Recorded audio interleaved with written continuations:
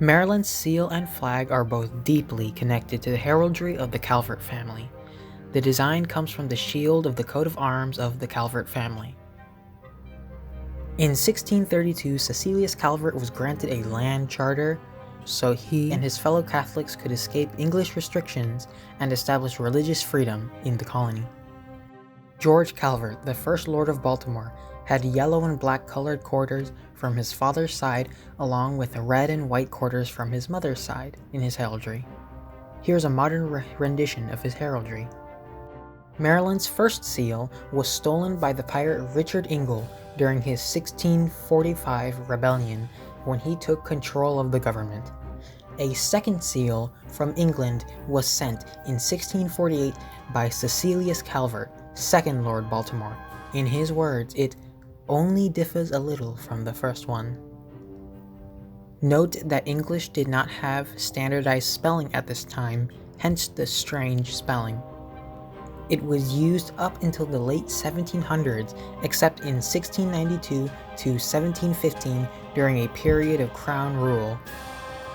In 1675, Cecilius was succeeded by Charles, and his seal is identical to the earlier seals, but the name Cecilius is replaced by the name Charles.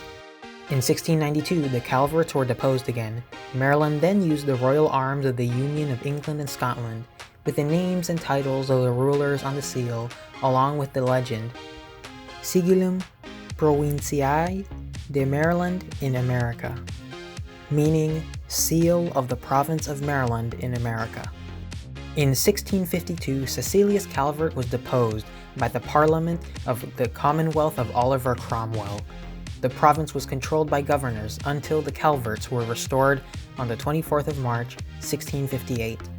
After the restoration, the arms of the province were readopted. The reverse of these 1659 coins show the coat of arms of the Calvert family. The 5th Lord Baltimore, Charles, got the achievement back in 1715. Charles's seal was used from 1715 to 1751.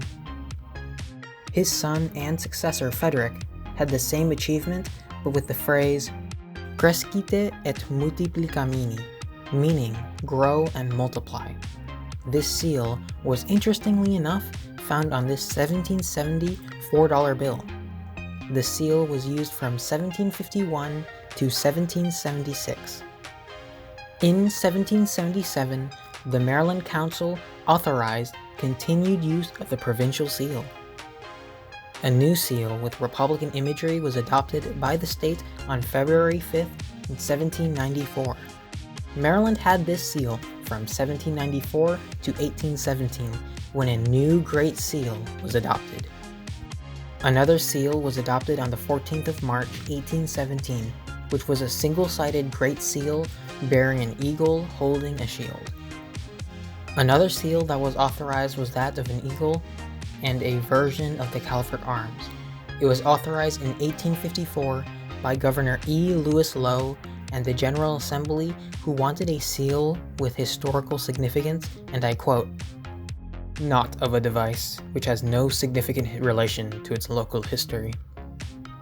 Unfortunately, a crude wooden model was used as the base, causing inaccuracies such as the black and yellow Calvert having only 5 pails instead of 6.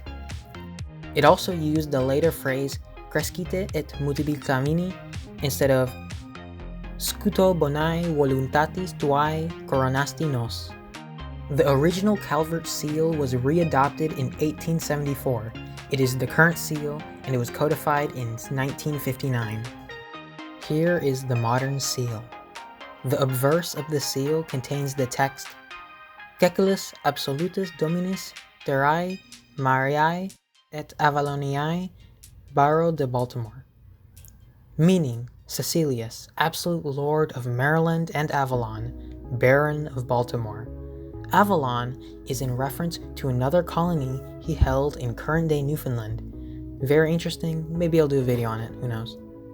The reverse of Maryland's seal contains a scroll with the phrase Fati maschii parole femine, generally translated as masculine deeds, feminine words.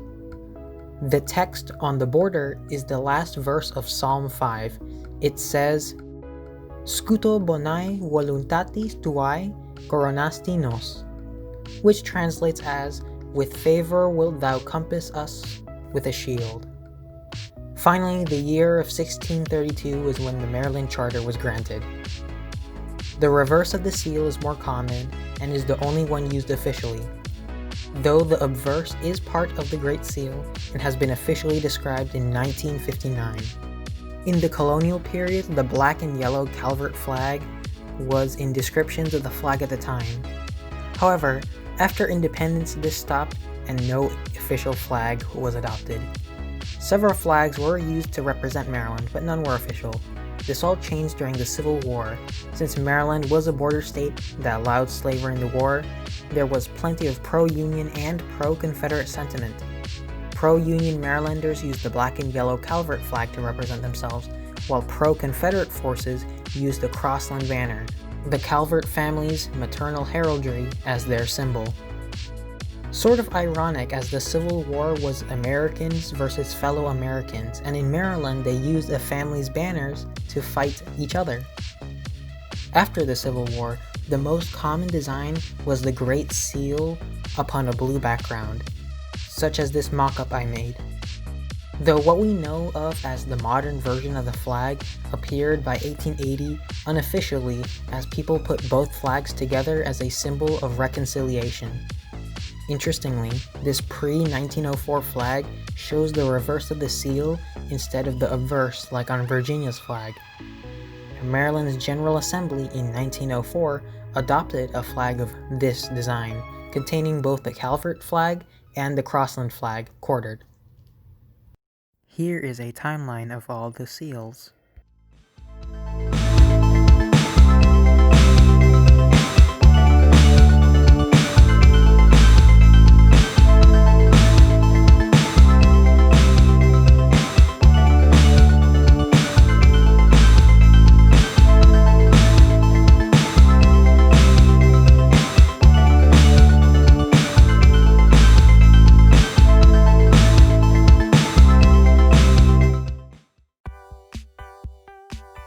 Maryland's flag is one of the best US state flags.